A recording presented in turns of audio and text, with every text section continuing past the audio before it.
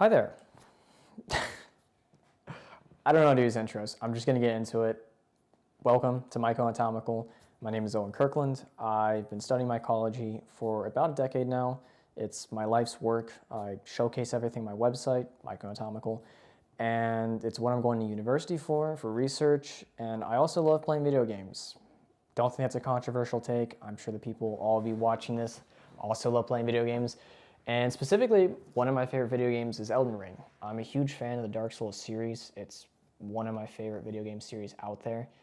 And for a long time now, even when I was in high school, I had this idea of doing a taxonomic video of the various types of fungi in various video games, which if you don't know what taxonomy is, it is the identification of various organisms. It's a multidisciplinary field with a lot of different subsects in the different fields of biology. And my specialization is, of course, mycology. And I thought it'd be a fun idea to sort of delve into the real-life counterparts of the various fungi in Elden Ring. Now, to sort of preface, I feel like I had to preface this in every video, but to preface, I don't expect the creators. I should also mention, I'm doing kind of a rating thing at the end to see how accurate they are, or how much I like their depictions in terms of just what they do, accuracy, and etc. Right? If you can't tell, this is also all off script. I have no script. I have a very rough draft with the ideas and list of different types of fungi that I have to go through. But like I was in high school and writing, I never wrote rough drafts. I would barely ever do a rough draft. So we're just doing the same thing. I'm just going into it. I don't know if that's a very big no-no. For content creation, I'm new to this. Like I said, I more delve in academia, but I thought it'd be cool to also explore one of my favorite hobbies, video games, and talk about taxonomy. But anyways, when it comes to the depiction of different types of fungi in video games, especially with Elden Ring, I don't expect FromSoft, the creators of the game, to be super accurate, right? They're not mycologists. I don't expect that. So when it comes to the relevancy of what I think certain fungi in the game are in real life depictions, I have to take it from the standpoint of they're not experts, right? And they probably have a common to intermediate understanding of fungi in general. So I thought to put that out there. Additionally, when it comes to that, I'm keeping it pretty broad. Most of these are going to be in the terms of genera, which is different from species. If you want to think about it in the taxonomy ladder, genera is one above species, right? Sort of a group, more specific group. Especially when it comes to various non-mushroom fungi, such as molds, yeast, rust, and other types of various microscopic fungi. There's not a lot of literature or a lot of research that goes into necessarily species. This is another video for another time that I'm going to make, but essentially to put it in a synopsis, it's very complex when it comes to species. So for sanity's sake of this not being an hour video, I'm keeping it at genera. There are going to be some examples where I'll give species examples out, but I'm trying to stick it to a more broad approach for you guys to understand and me not go on tangents, as I always do, about, it could actually be this or this or that. So, that's kind of the preface, if you understand, and I'm not talking like a schizophrenic. But there's nothing else to say, so let's get into it. Hey, how's it going? Future me here. Kind of a little jump scare, I'm presuming, depending on how I edit this. As you can tell, it's daylight now. From the intro, it was night, and now it's day. I'm sort of making this as another preference to the preface. So when I did my recording process, I decided to do the video and audio first for the first round, and then did the gameplay, capturing the gameplay and everything like that. And I kind of ran into a little bit of a problem. That problem being that the in-game models are vastly different than the inventory images of the certain types of fungi in Elden Ring. So I had to redo everything. I had to redo a lot of the actual audio and everything like that. But I'm putting this in here to sort of state that I will be doing for my taxonomic deduction the inventory images and seeing what the real-life counterparts are, and then doing the in-game counterparts with the real-life counterparts. That makes sense. The in-game models, the real-life counterparts, the inventory, you get the point. I just want to put this in here as another preface because, I kind of made that mistake. Again, first time doing content, and I'm now realizing to get gameplay first before doing your audio and video and then having to redo everything. But yeah, that's all I gotta say, so let's just continue. To start off with, we have the mushroom. The mushroom is a fungal growth that thrives in damp thickets and elsewhere. It is found all throughout the overworld of the lands between, from the beginning of the game to the middle of the game to the end of the game. It's found throughout the overworld, and it's pretty ubiquitous. Now, for the real life counterpart, I'm going to still say that it's aborting Antheloma or Antheloma abortivium. As I alluded to in the beginning of the video, in the preface, I had to redo all these things because the in-game models look vastly different for some than the inventory pictures. But nonetheless, for this one, I still have and actually feel even stronger now looking at the in-game model, and I'll get to kind of why in a little bit here. But I will say aborting Antheloma is what I pick for the real-life counterpart. Now, in regards to the in-game model and kind of going over analysis of that, I'm kind of doing a brief analysis of the in-game models. Again, I'm taking this from the standpoint that the creators obviously are not well-versed in mycology, so I'm not going to harp too much on some details, but I thought it'd be interesting to kind of mention it. It does have an annulus or a ring. Some people call it a skirt, which an annulus is essentially veal remnants left on the stipe of some types of mushrooms. Stipe means stalk. And based on its terrestrial growth near trees at times, again, the model placement is, obviously, I don't know how they did that, if it's intentional, not intentional, but it does seem mycorrhizal, which mycorrhization is a symbiotic process between a fungus, mushrooms typically, and some type of plant. It's a lot of jargon, and essentially it involves the root systems. There's different types of mycorrhization, endo, ectomycorrhization, a lot of jargon. I'm not going to sit here and go on a whole science topic about all of it, but that is what mycorrhization is, just to let you know. Now, it very well could be saprophytic or a decomposer. There are saprophytic mushrooms that are terrestrial, that grow basically on the ground, not on actual substrate like wood or anything else. For those that are terrestrial saprophytic, they essentially decompose leaf litter, or they will decompose detritus, which detritus essentially means waste, plant waste typically.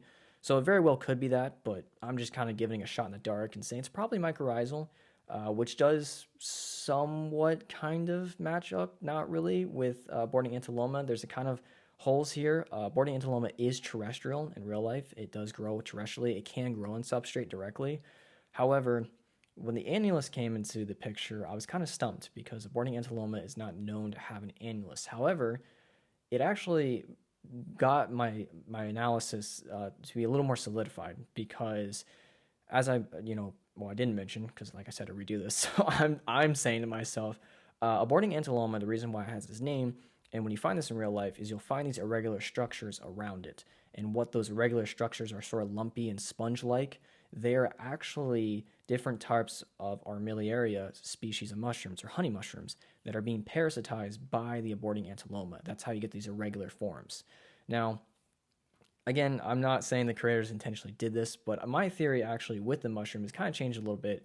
Of what the mushroom is not exactly the aborting Antheloma itself. It is, but I actually more think it's a honey mushroom being parasitized by aborting Antheloma. It's why you see on the actual cap or pileus, you actually see these like lumpy growths, especially when you look at it from the in-game picture. And even in the in-game model, it shows that too. There's sort of lumpiness towards the base of it. So yeah, that's sort of what I'd have to say for the real-life counterpart of the mushroom. Hi there, future me again. I wanted to put in here this kind of little quip. So I did not mention with our miliaria or honey mushrooms why I made that connection based off it having an annulus. And it's because honey mushrooms, there are species that are known to have rings or an annulus on their stalks. So that's kind of where my point was. I kind of missed out on saying that, so I'm putting it here. Future me out, I guess, whatever. Next up on the list, we have the toxic mushroom. It is a fungus that grows in the various rotten areas of the game, whether around scarlet rot or poison. Now, what's interesting about this fungus is actually two different types of fungi. Now, it's a mold and a mushroom. As the description alludes to, it's a mushroom covered in toxic mold that grows in rotten areas. Now, I really am a fan of this fungus from this game because a lot of people don't know about mycoparasites. Mycoparasites are a very real thing. I bet a lot of people, when they saw this, think that this doesn't actually happen in real life, but it does. There's a lot of various types of molds out there that are mycoparasites and grow on mushrooms. So I was really impressed when I first started playing this game and saw that FromSoft included it. I don't know if they knew about mycoparasites, but I'm going to give them the credit anyways. Now, in terms of the real-life counterpart, it was sort of hard to determine, right? Especially when it comes to molds. As I talked about in the beginning of this video, it's hard to determine molds purely based off its thallus state, or its macro state, we'll say. You have to really look at different parts of the mold microscopically, such as the condiopores or sporangiopores or the spores. There's a lot of different factors that come in the molds, and that's just the genera identification. When it comes to species identification of a lot of molds, you have to delve into DNA analysis, and I obviously don't have the equipment currently, so it was pretty hard to discern based off purely the picture and description. However, the coloration reminded me a lot of either trichoderma or penicillium. Now, I'm leaning towards trichoderma because it's more common as a mycoparasite that grows on mold or mushrooms. My apologies. But penicillium could be the case. I've actually encountered penicillium growing on different types of mushrooms before, as you'll see here. So it is kind of up in the air, but I'm going to stick with trichoderma. I've actually seen very similar types of molds growing on mushrooms, as you'll see in these pictures. Now, I didn't have the chance to really identify these ones on the microscopic basis because I didn't have my microscope with me, but it is super cool to see that FromSoft included this type of mold out there. So yeah, that's for the toxic mushroom. Number 3 is the melted mushroom. The melted mushroom is a mushroom that grows around the false night in the eternal city. Now, as I talked about in the preface, there are some fungi that have in-game models that look vastly different from the inventory image. This is one of them. So I'm going to address it first with the inventory image and what I believe the real-life counterpart is, and then the in-game model and what I think the real-life counterpart would be for that one. Now, for the inventory image, I am still confident in my first analysis for the real-life counterpart, which would be the incaps or Coprinus or Cryptanopsis genera of mushrooms. If I had to state what I believe the species would be, again, it's a very complex thing, and there's not enough information to really say this with any type of confidence, but if I had to state, it would probably be shaggy mane, Coprinus comatus, or common incap, Cryptanopsis atraumateria. I'm purely saying this based off its robust size, but this isn't really anything that holds a lot of ground, but I'm just putting out these ones for what I believe would maybe be the species if I had to state. But as the name of the melted mushroom suggests, it is a very real thing for its real-life counterpart.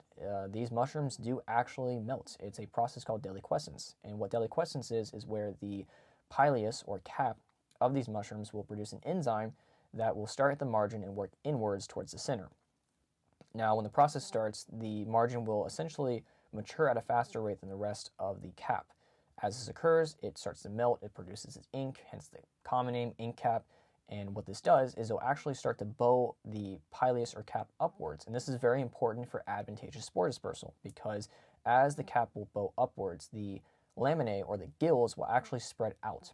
If you look at these mushrooms before they go through deliquescence, their gills are very crowded, and that's not really advantageous for spore dispersal. Spores can get caught under the gills, and it kind of can hinder a lot of different things. It's not very advantageous in juxtaposition to having the actual gills spread out. So that's why this process occurs.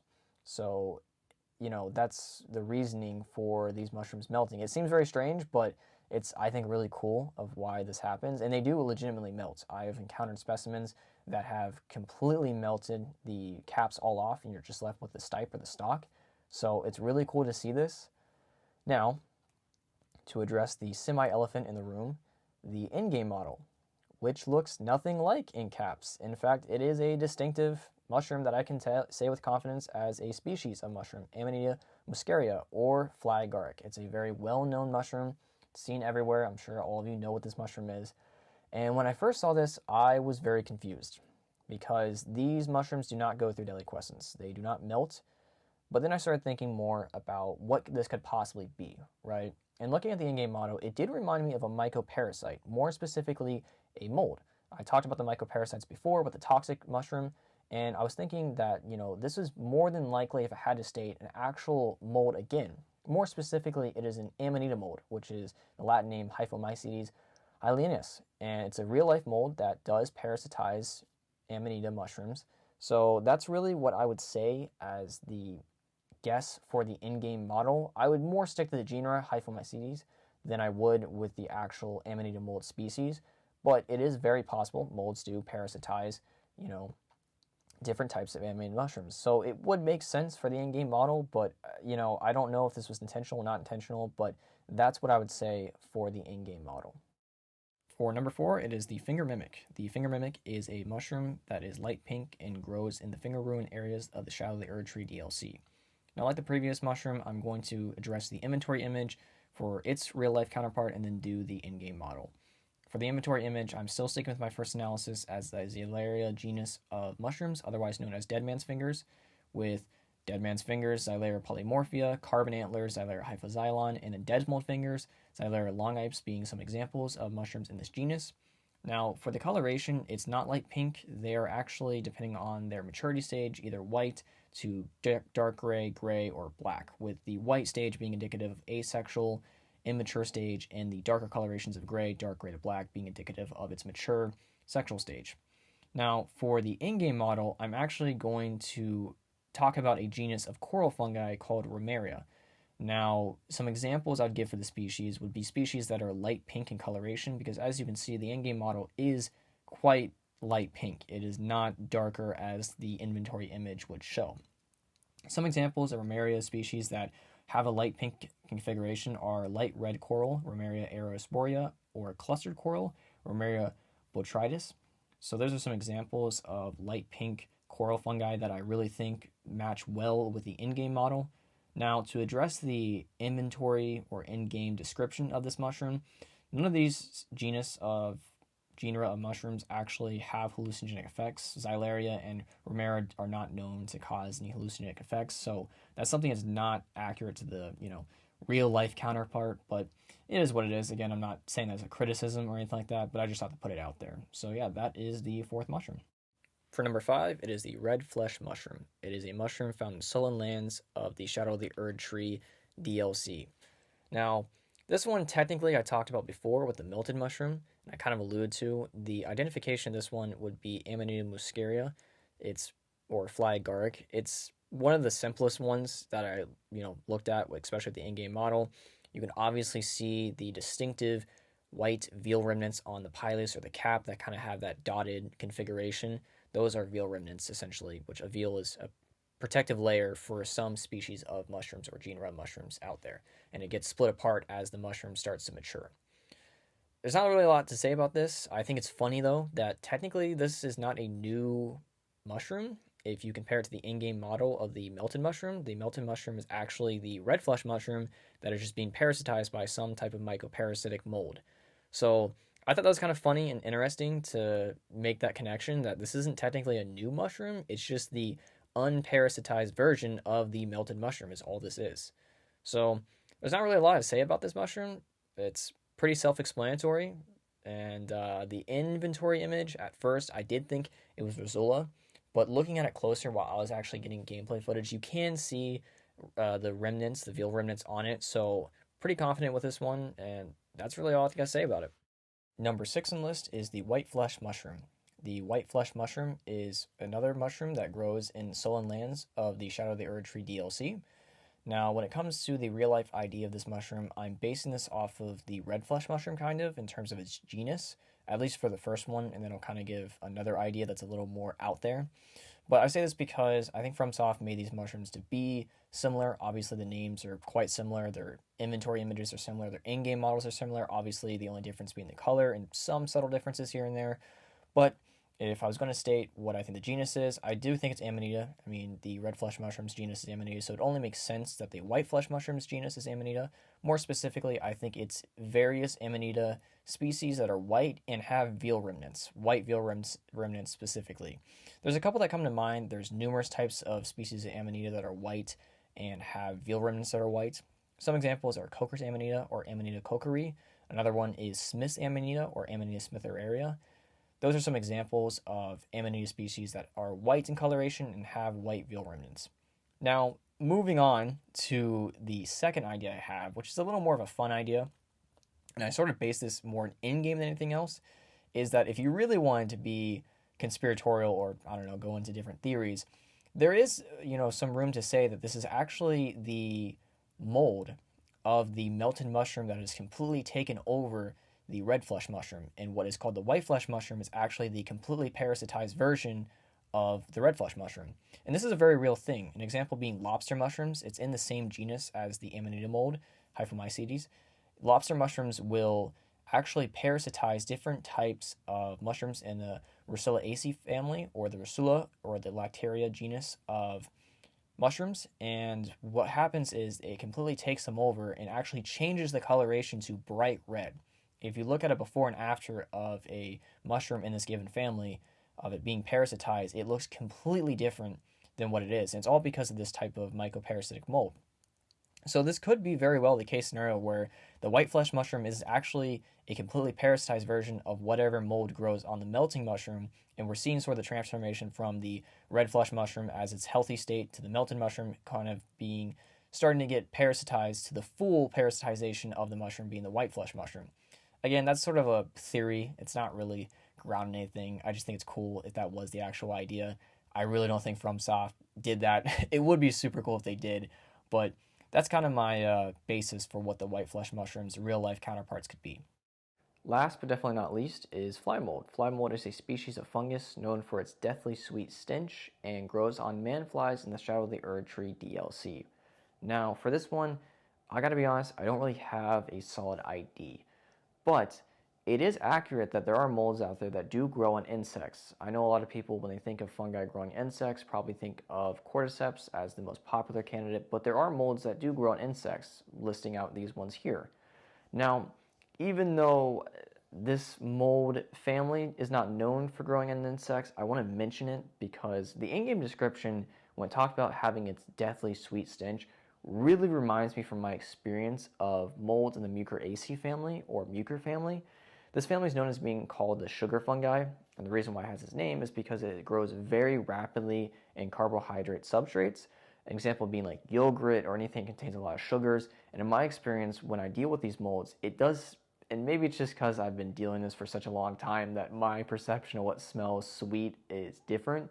But when I work with these specimens in the Mucor family, such as Mucor or Rhizopus or Apsidia, they always have a very sweet stench. It's like, and it really reminded me when the name description said that, like a deathly sweet stench, I immediately thought of mucors. Now, again, it's a very, very loose connection, but there's not a lot I can go off of the in-game look of it. Now, I will mention that a lot of mucors kind of look similar to what the in-game image is, but obviously I have to see, there's a lot more details such as the sporangiopores or the pins of the mold. But that's my guess, I would say. This one's kind of a toss-up, but I wanted to mention it because that in-game description talking about the deathly sweet stench reminded me so much of my experience dealing with working with Muceraceae molds. So that's for the last one on this list. I want to do an honorable mention of some of the set pieces in the game that are these fungal structures found throughout mostly Caelid and other rotted areas or poison areas of the lands between. Thought I'd kind of give my own guess out there, see what, these ones are. There's not a lot to go off of. They obviously don't have an in-game description or anything like that. But still, nonetheless, I'll give it my kind of shot of what the ID would be for the real-life counterpart. For this one, I would say it's red scarlet cup or Sacrocypha coccina. It makes a lot of sense when you think about scarlet rot. That's kind of what I thought of. The cup-shaped figuration that is really distinctive of these fungi make me think of it a lot. And it being called scarlet cup, scarlet rot, I think there's kind of two and two together, I guess. It's not very strong, but that's kind of my guess for this one. For these ones over here, I would say it'd be cinnabar red chanterelles or Cantharellus cinnabarinus. Now, it's kind of interesting because, I didn't really see the ones that are on the ground here as chanterelles until I actually saw underneath them and compared them to the ones growing on the branches. But I am pretty confident with it being chanterelles. They look a lot like chanterelles. So those are my, sort of ID determinations for the environmental set pieces. Now, I'm sure there's numerous other set pieces. Some people are going to mention the armor set, which I'm wearing and everything like that. And I would love to try to, but to be honest with you, for a lack of a better term, the mushrooms on the armor set and found in like Servants of the Rot are pretty generic, and I don't mean that in a sort of diminutive way or demean way, but there's not a lot to go off of, so I could list a ton of different ideas, but I just feel like it'd be sort of a waste of time. There's nothing that's really, I couldn't even pinpoint it to a couple genera. It could be a different, numerous types of genera. So yeah, it's kind of my honorable mentions, and yeah. So now that I've gone over all of the various types of fungi in Elden Ring and their real-life counterparts, I'm going to talk about my sort of rating or analysis of what I think about the accuracy or other things like that FromSoft did when it comes to the fungi depicted. This is kind of going to be the trend if this actually becomes a series For other types of video games, for at the end, I'll kind of say my own 2 cents of what I think about the fungi in the games, the accuracy, what I think about different things, and everything like that. So I already recorded this, as you can tell. Again, it's daylight. This was actually pre-recorded, or not pre-recorded, but I did this at night, last night. But my opinion has changed just slightly. Now, don't get me wrong. I love Elden Ring. It's one of my favorite games, and I do think overall they've done a fantastic job with a lot of depictions of the fungi in the game. You know, there's a lot of different types of fungi that you do not see often in video games, and you know, I'm very happy to see that, especially with molds and other types of non-mushroom fungi, which one of my biggest pet peeves when it comes to mycology in general is that a lot of people just assume mycology is studying mushrooms, which it's not. I always get pretty antsy about that. People are like, oh, you study mushrooms. I'm like, no, I study fungi. There's also, you know, molds, yeast, rust, smuts. I mean, if you look up here, there's, you know, we have molds right here, another mold. You have different rusts over here. You have corn smut right there. Like, there are all kinds of different fungi out there. And a lot of people just tend to think it's only about mushrooms. Don't get me wrong, I love mushrooms, but I also love all different types of fungi. So I was very impressed to see that FromSoft has added various molds. And I actually realized technically a lot of the mushrooms are not even mushrooms. They're more actually molds as the main organism, but nonetheless, I was very impressed with that. Now, to sort of address the elephant in the room, I was kind of thrown for a loop with the inventory image in comparison to the in-game model. Now, listen, I'm not going to sit here and like go all Redditor actually like mode. It doesn't bother, like it's a game, right? Like I don't expect them to sit there and craft these in-game models for materials for crafting to the utmost accuracy as the inventory image shows. I do think there's some of them, such as the melting mushroom, where it's like they didn't even try, but you know what? It's okay. Again, it's a video game. I don't lose sleep over this. It's just one of the things that I would say I criticize. I don't want to say it like that because like this isn't. It's just my opinion. I'm not putting this in like a tier list, you know. But yeah, that's sort of the analysis, and this is the end of the video. I thank you all for watching. If you happen to find this, you know, I don't really know how to do these outro things. I'm just saying thank you. And if you want to check out my website, mycoanatomical.com, I'll leave it in the link in the description. Feel free to check it out. It's a lot more in depth. You know, I'm very technical when it comes to, you know, research and taxonomy and everything like that. When it comes to mycology, you can feel free to contact me through my email. It's on the website. So if you have any questions, feel free to contact me. I'll be happy to respond and everything like that. But yeah, that's the video. See ya.